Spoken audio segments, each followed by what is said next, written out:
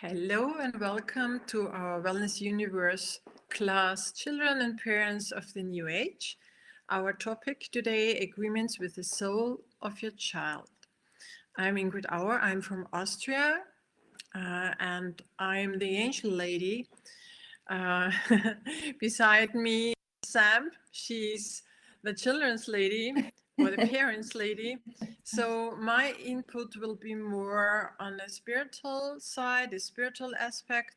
I have been working together with angels since more than 20 years. I have written several books and I have spiritual tools, the angel symbols and angel essences, which I bring out to the world, also to the US, where I'm regularly 2 or 3 times a year. I do spiritual coachings, trainings, everything which has to do with angels or the Ascended Master, Mary Magdalene, Lemurian goddesses. But today our focus, or my focus as well as Sam's focus, is on the children of the so-called New Age, or the New Age which is different to the age behind us. But I would like to invite Sam to introduce herself. Thank you, Ingrid. My name is Sam Nilsson. I live in the US in Wisconsin, right on Lake Superior, with my husband and my 2 daughters. I'm a parenting coach, and my passion is really helping parents better understand themselves and do their own internal work so that they can better understand their children, right? And have a more harmonious relationship with themselves and with everyone else in their family, but specifically that parent-child relationship, and digging deep into that root cause of stuff. The surface level stuff,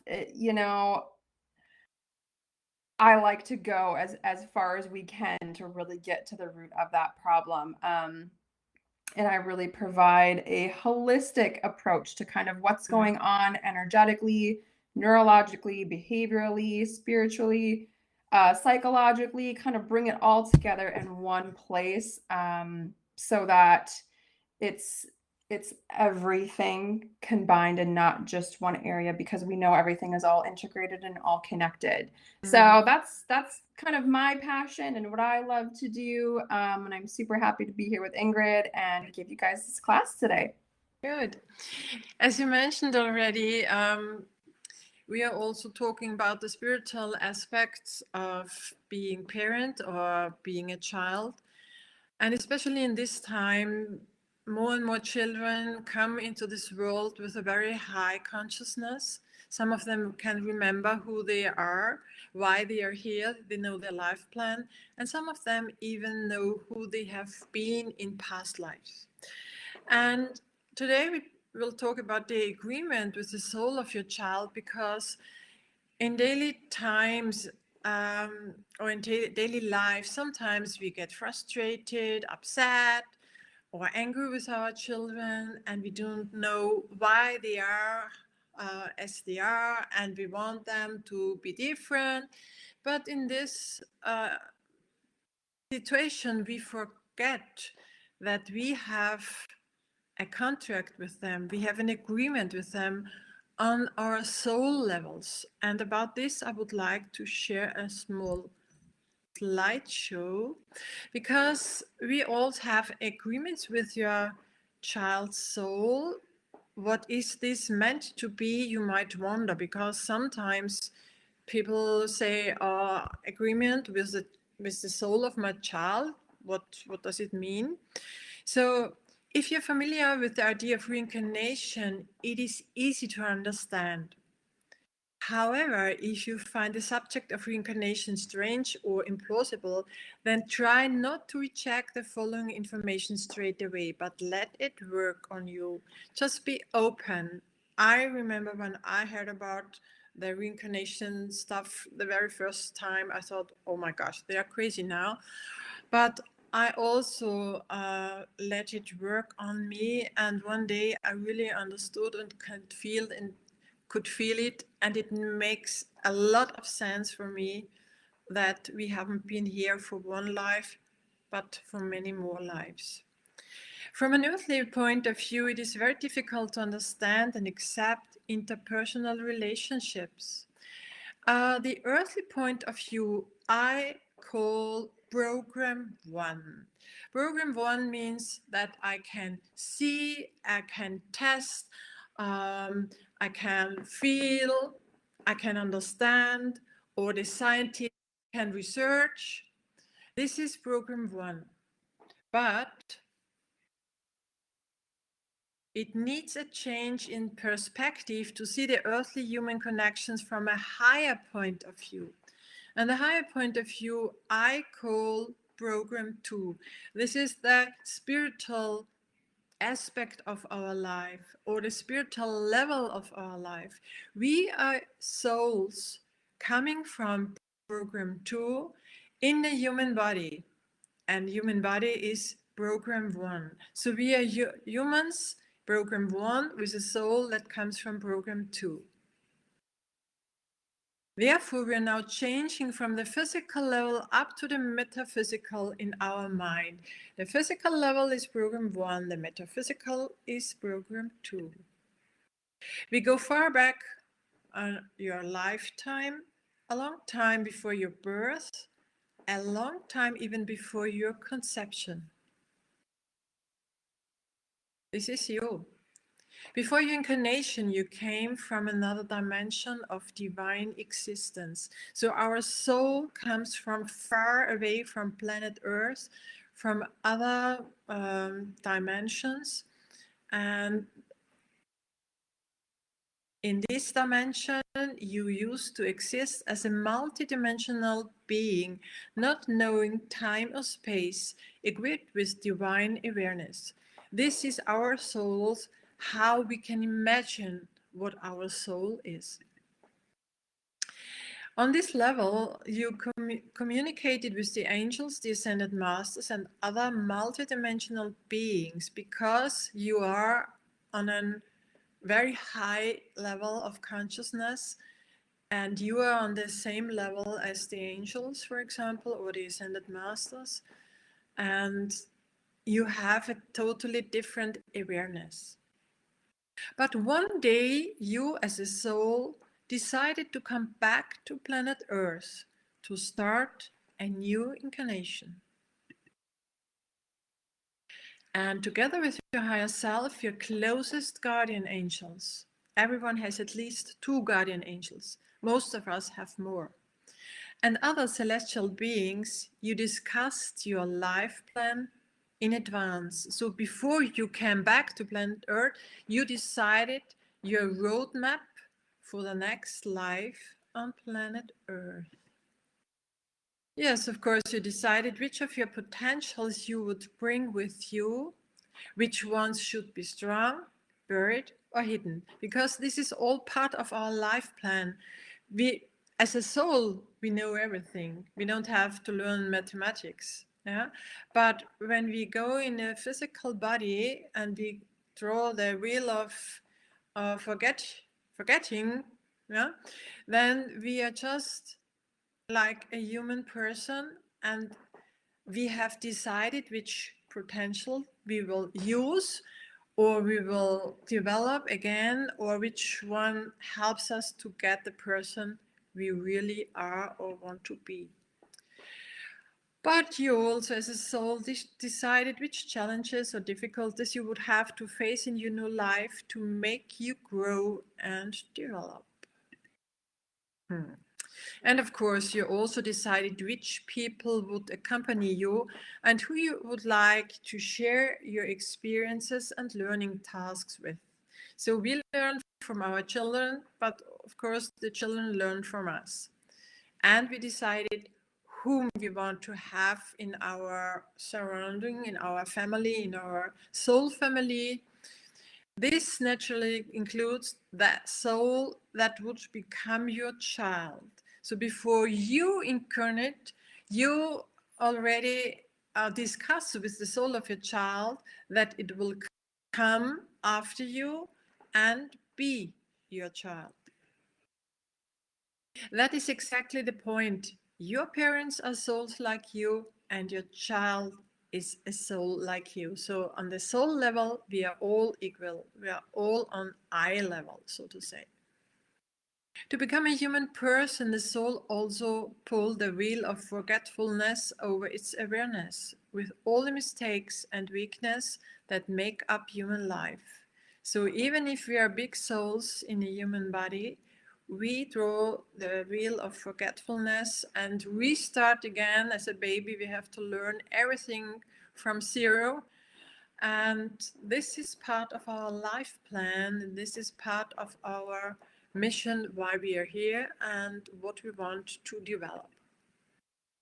From a higher level, program 2, you made this agreement with your parents and your child before your incarnation. You now understand there are and can neither be perfect parents nor perfect children. You would not be able to make an important part of your learning experiences if everything would be perfect. Depending on your plans for this incarnation, the relationship with them had to be easier or more difficult. You discussed this before you come.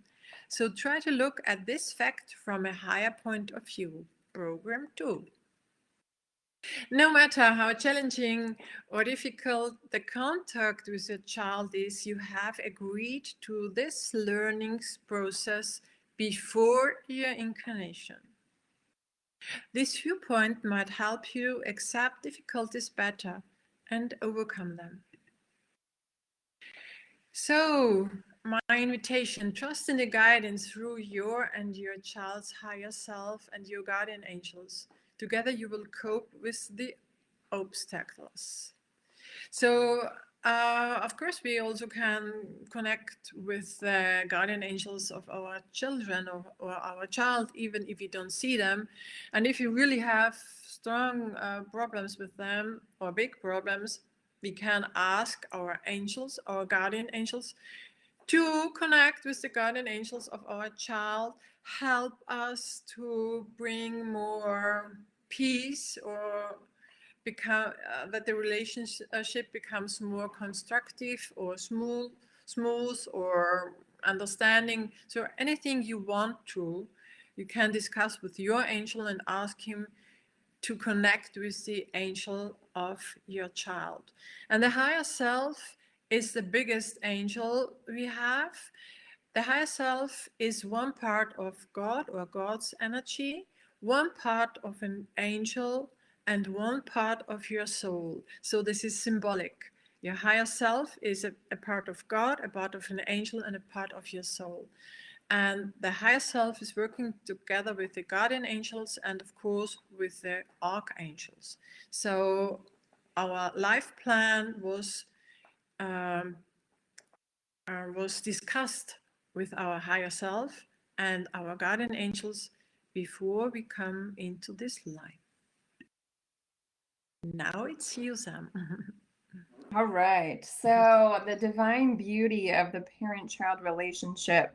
One of my favorite quotes about this topic is from Abraham Hicks, and they say, parents often think that they are here to guide their little ones, when in reality, the little ones come forth with clarity to guide you. I remember the first time I read that, it was like, oh my gosh, I've never read something more true. This is absolutely right. Like the moments that I'm maybe frustrated or confused or overwhelmed brings me back to that realization of they're still teaching me in that moment and they're still guiding me. And I think one of the biggest realizations I had on this topic was a reading that I had with a couple of my friends.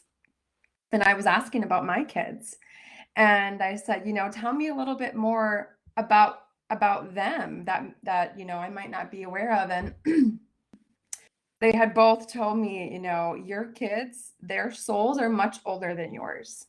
And they've come back to help you and to guide you. And what they said about each of them was so very true. And how my little one, that she's just like trucking right along and keeping you going. And I'm like, that is absolutely her and her spirit and what she brings to this earth. So I view them in a totally new way because yes, they are in little bodies, right? But having this awareness that, you know, their souls are have been around for a very long time, kind of puts me back in my place sometime of feeling the need to, you know, control and to make sure I teach them everything, because really they're here to teach me. So my belief is that all of our relationships are here to help us learn and to grow, the good and the bad ones, and that our children play a really large part in this experience for us, because there's no relationship quite like the parent-child one. Dr. Tobin Hart, he's the author of The Secret Spiritual Life of Children, and he says we enter into a sacred contract with our children, whether they arrived with great planning and intention or they unexpectedly were delivered to our doorstep in the middle of our life. The nature of a contract, any contract, is to draw people together for a purpose. So this purpose might not be revealed to us. We might not quite understand, you know, what is it about this? Or it may be very clear why these kids are our kids, and why they've chosen us to be their parents. The author's name is Dr. Tobin Hart, Tobin. His last name's Hart, Hart.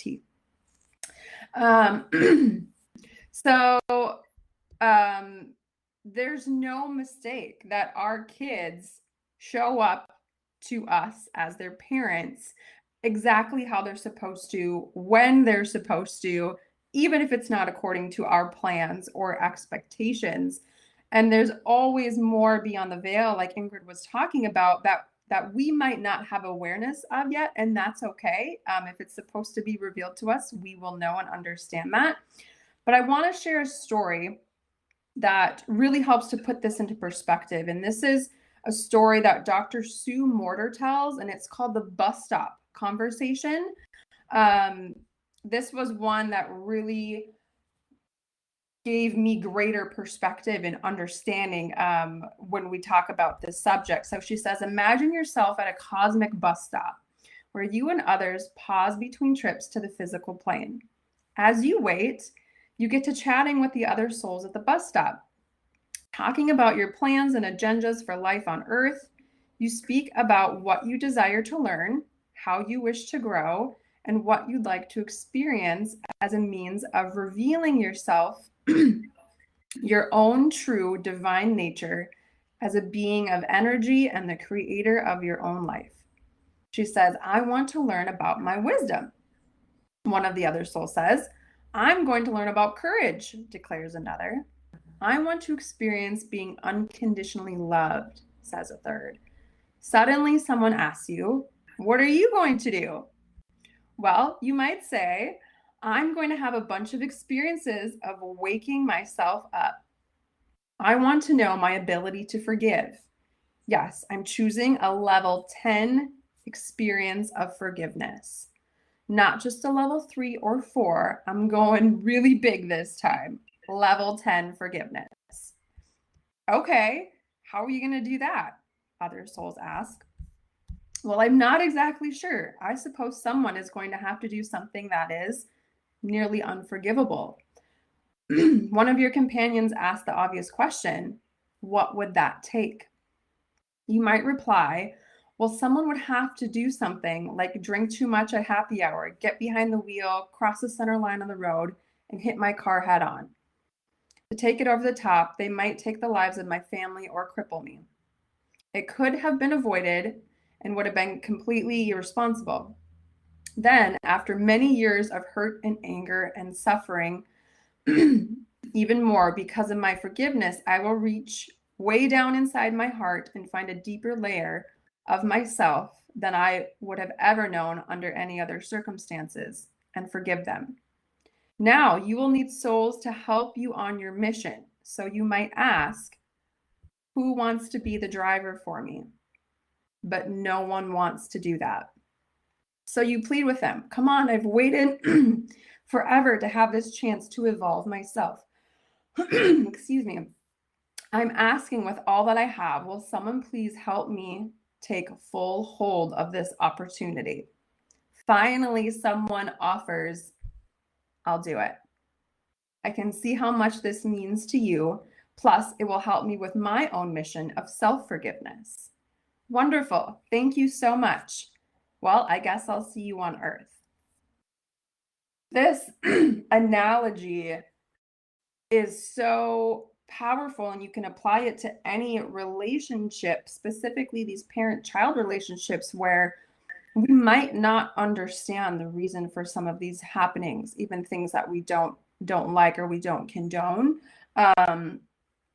But this is just a little parting of that veil for us to have that greater perspective and understanding of why our parents were our parents and why our children are our children, and these missions that we come on and these lessons that we come here to learn. So this really gave me a new perspective of the people in my life who maybe I felt like wronged me, or even my children, when I'm like, I can't believe you did that to me, right? So the times I feel like I'm really challenged by my kids, I go back to these agreements that we made with each other to help one another grow. And I thought you guys would really enjoy that story of perspective, and you can apply it to, you know, any relationship. But I think it fits so beautifully here with what we're talking about is, you know, we can get so focused on, you know, this level one, right? Like Ingrid's talking about. And this just helps us to see a little bit more of that level two and get curious about it and be open to it. Thank you, Sam. I totally agree with everything you talk about. And it's very important that parents get the different perspective, because it makes more sense. And when it makes more sense, it's easier to understand and to accept. I'd like to show you right now how you can find out the soul and life plan of your child. Of course, the best way would be to have a session with a very good astrologer, because astrology and the charts contain everything that is meaningful for us. And the chart, an astrologer chart, is the same as the roadmap of our life. Nevertheless, we are free, we have our free will to walk the way we have prepared or we have chosen, but our free will also allows us to go a different way. So everything that has to be with astrology is not fortune telling, but it is the idea of what energies will you bring into this life, what challenges may be, but also all our potential you can see in your astrology chart. But today I would like to talk about my angel symbols, because I use them also when I want to get more insight into the life plan of a child. It's very important for me to mention that my symbol cards are not oracle cards. They are not fortune-telling cards. I always get crazy when people use it like oracle cards or fortune-telling cards. My spiritual tools and my spiritual symbols, of course, and the essences are spiritual tools supporting us. They are working on a multi-dimensional level, and they can help us with our aura, our chakras, our morphogenetic field, with our multidimensional DNA layers. So they help us to cleanse and strengthen and heal and support our subtle bodies. So program 1, we have the physical body in program 1, and the subtle bodies, of course, is program 2. So I would like to show you, if you have my angel symbol cards for children and for the inner child, and you would like to know more about the life plan of your child, how you can use it. So today I'm going to show you how your child can lay the life pyramid with the help of the children's symbols. These are 21 symbols. To understand better why your child is the way it is, it might be helpful to know the learning topics and abilities it brought into this life. It has not come to you. It has not come into your life by accident. Its soul has already agreed to this encounter with your soul before your incarnation, we already mentioned.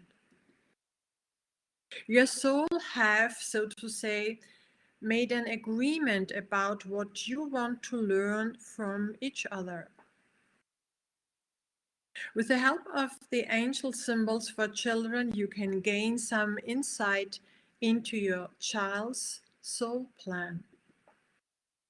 So here you can see the symbol and the box, a little box, and it comes with a little booklet which explains every symbol, because every symbol has its deep meaning and speaks a clear language. This is the reason why I like to work with my symbols, of course, my own symbols. You can take them into your hand, you can put them on the body for chakras. Children want to play with them.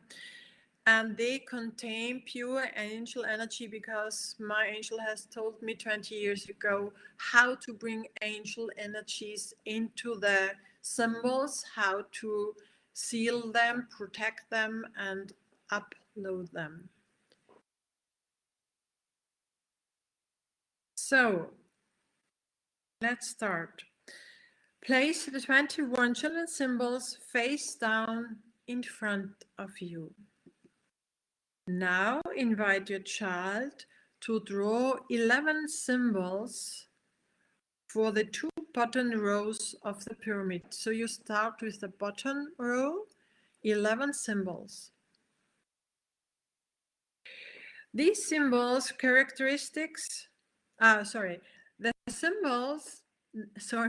they symbolize characteristics and abilities your child has brought into this life, the 2 bottom rows. Read the meaning of these 11 symbols in the booklet and take a few notes. So if you know the bottom lines and if you can see the symbol cards, you realize and get an idea and a feeling what is the main reason why your child has come into this life. Now invite your child again to draw 7 children's symbols for the 2 middle rows of the pyramid and put them above the bottom rows. They symbolize some of its learning topics and challenges.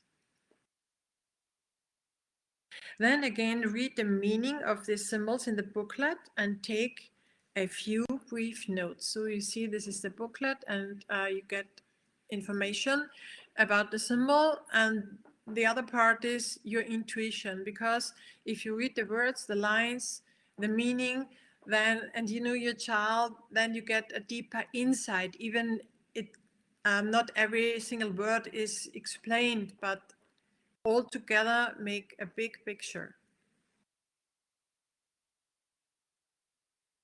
Ask your child again to draw 3 more symbols for the top rows of the pyramid. Now the pyramid is completed.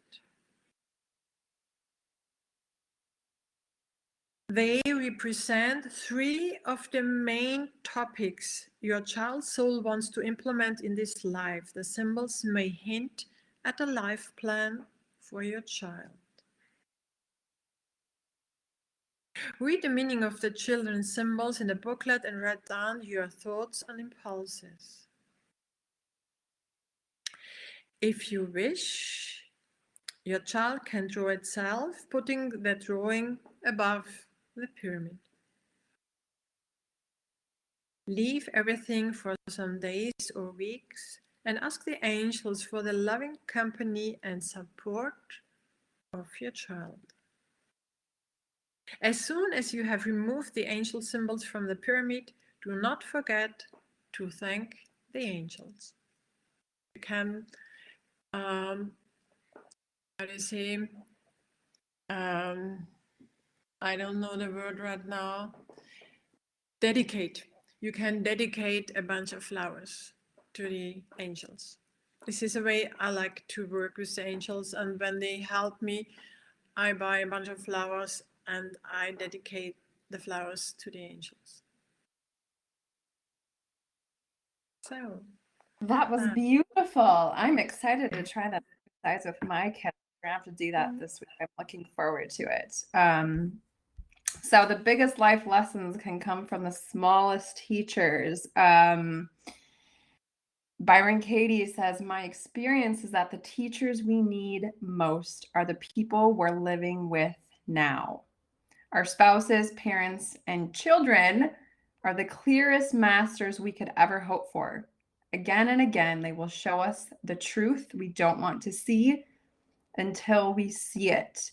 So no one can teach us the way that our children do. They are these beautiful mirrors of ourselves, mirrors into the deepest parts of ourselves that are still in pain, and mirrors of all the unconditional love that lives within us. And they will reflect back to us whatever is still active.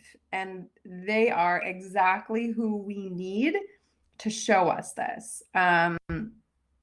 There's no greater personal development than being in relationship with other people, especially children, right? They know how to push our buttons. They know how to make us crazy. They kind of make us question everything. They bring just no one can have that same effect on us like our kids do, not even our spouses. Is kind of on a whole different level. And there can be gold in our willingness to see what they're teaching us about ourselves, about acceptance, about giving up control, about what it means to give and receive love. And they're constantly showing us who we were before the world started to shape us and before we had all of our beliefs and our attachments. So here are 10 of my favorite lessons that these little teachers are so good at showing us. So number 1,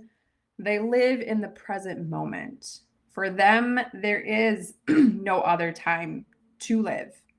Time is now. Everything is happening for them right now. Until their minds try to live in the past or the future, they don't carry this anxiety about time that so many of us adults do. There's no worries about what they have to do later or what happened yesterday. It's all about right now, which is the only moment we truly have. I find myself, on a normal day, hey, we got to get out of the house, we got to get going, and they're still playing, right? They're not worried about leaving. They're just like, I'm good right now. It's a beautiful lesson to kind of slow down, take it all in, and not be so concerned about, what happened yesterday or what's coming up later, because then we're not truly living our lives. So number 2, they feel their feelings and then they move on and they're laughing and playing again. I think this is so beautiful. And it's quite amazing and confusing at the same time to see how these little ones can be hysterically crying. I'm almost done, sweetheart. You're going to have to wait, baby. Okay, I'll help you when I'm done. So cute. So they can be crying 1 minute and the next minute they moved on and they're laughing and they're playing and they're having fun again. And when they aren't worried about expressing their true feelings, they're actually able to feel them and let them out and complete this kind of emotional circuit so that things don't get stuck in there. They just follow this natural flow and they can move right back into that feeling of joy when they're allowed to just express themselves and then move on from it. Number 3, they are full of wonder and ready to explore. It's so beautiful to watch kids in nature, to see their excitement over finding a leaf or an acorn. I mean, anything and everything they can find beauty in. And for them, this is a whole new world they haven't explored yet. And they remind us to reconnect with that wonder that is still within ourselves, but we've just lost touch with it. And they're always calling us to come back with them, back to that place of amazement that we so often look now as adults. Number 4, if they don't like something, they'll usually let you know instead of keeping it all inside. So they aren't afraid to spit something out if they don't like it. They're not afraid to say no or push something away. They're not worried about making other people upset. They listen to themselves without fear about what other people think. I think it's so beautiful. It can make us crazy as parents sometimes, but really there's a big lesson in them and how connected they are to that if that's not true for them, that's not what they want. Number 5, they love unconditionally, even when we might not think we deserve it. It's kind of amazing how we can get into these struggles with our kids, especially when they're young, and we wonder how we're able to get so upset with such a little person. And then we might beat ourselves up, we might feel guilty, and they still want to be close to us, even if we might have wronged them. They're still right there. They still want to give us hugs and love. It's a beautiful reminder to come back to what truly matters and how easily they can forgive. So number 6, they aren't afraid to change their minds. So one minute they might want this, and the next minute they want something totally different. It's confusing. But what I love about this is that there's no, I shouldn't change my mind. They just kind of follow their desires and they act on those. They don't believe that they don't deserve something, or they don't believe that, oh, if I ask for this, it's going to be such a huge inconvenience for my parent to, get me something else to eat. They just go with it. So number 7, they know how to use their voice and they don't care if it makes people uncomfortable. So we learn this right from the start with these little guys, right? As soon as they come out, those first cries from their tiny little bodies, they're ready to be put out into the world. And they aren't worried about if it's too loud, or that they've been crying for an hour, or that they're in public and someone might be looking at them. That is their expression. That is their truth at the moment. And that's what they need to put out.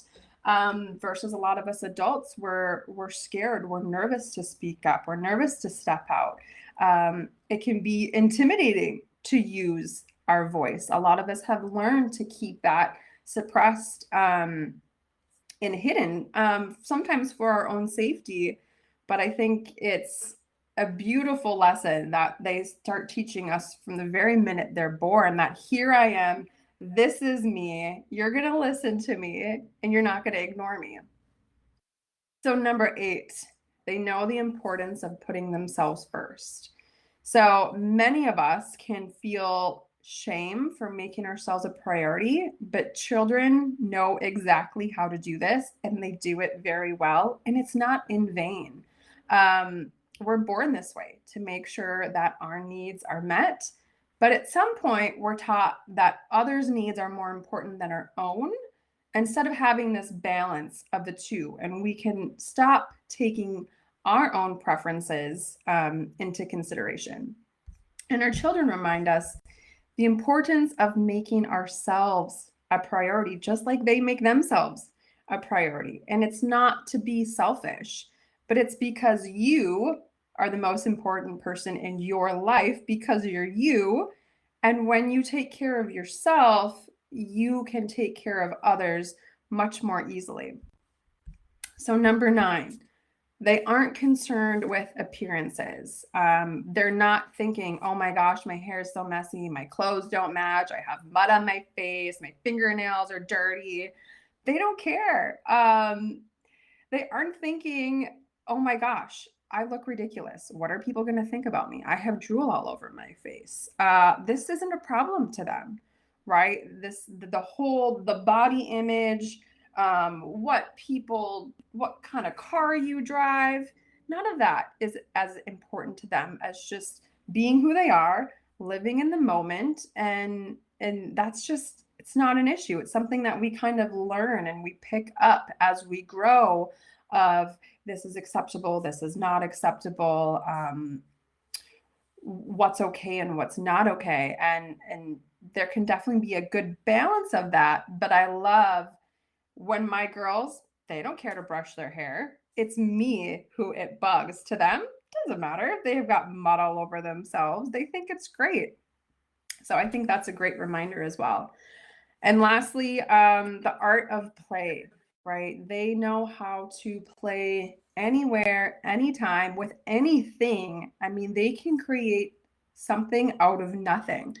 Their imaginations are just so full of life, and there's no rules.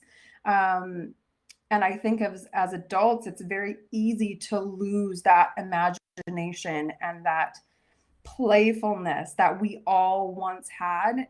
And I think it's amazing for them to continue to try to bring us back to that and reconnect with that. So those are my kind of top 10 lessons that I've personally learned from my kids that I thought you guys might enjoy as well. Thank you so much. Mm-hmm.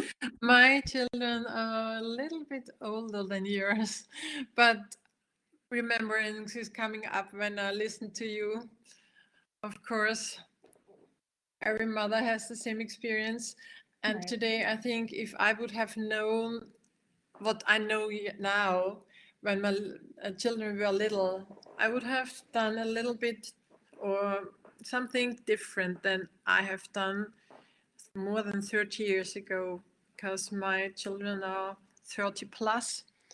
And yes, but my grandchild, which was born 2 months ago, he will grow up differently, I'm sure. So at the end of our lesson, I would like to invite you for a meditation.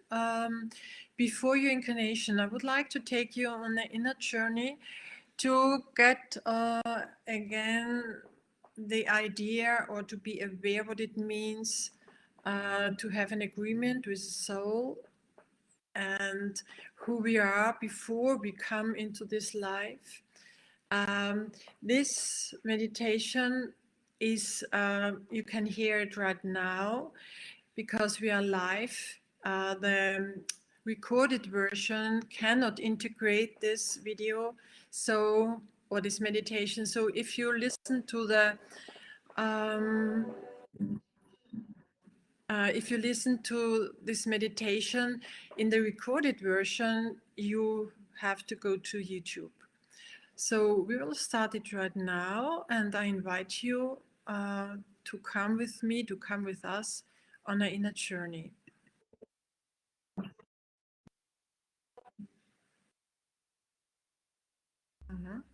It should work.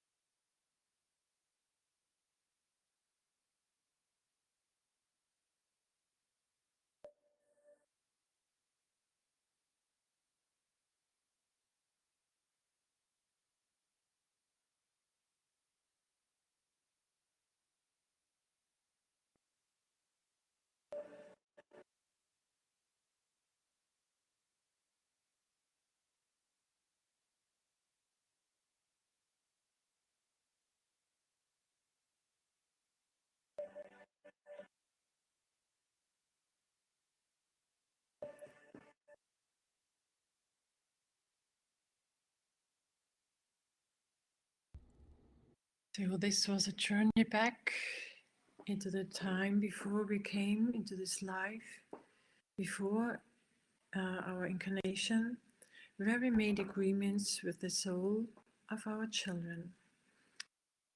The next time we will talk about ADHD, a very interesting topic, and you will get the information when it will go online. I would like to thank Sam for co-hosting this Wellness Universe class. It's always a big joy for me to have you on my side, even there are thousands of miles between us in program 1, but not in program 2. Right. So happy to be some words at the end. Thank you for having me, Ingrid. I hope this class was helpful for you guys to just have, a different maybe understanding and perspective, maybe familiar to you, maybe totally new to you, wherever you are at, that's okay.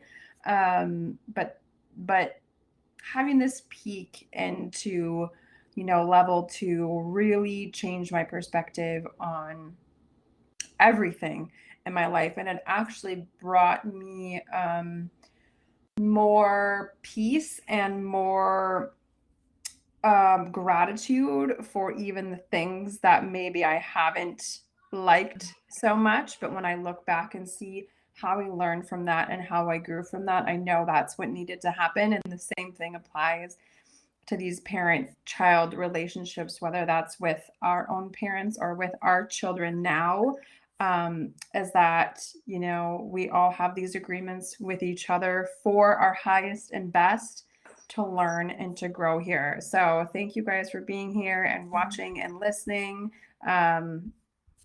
Appreciate you all. Thank you, Ingrid, for having me. My pleasure. See you the next time. Thank you for everyone who joined us. Bye-bye.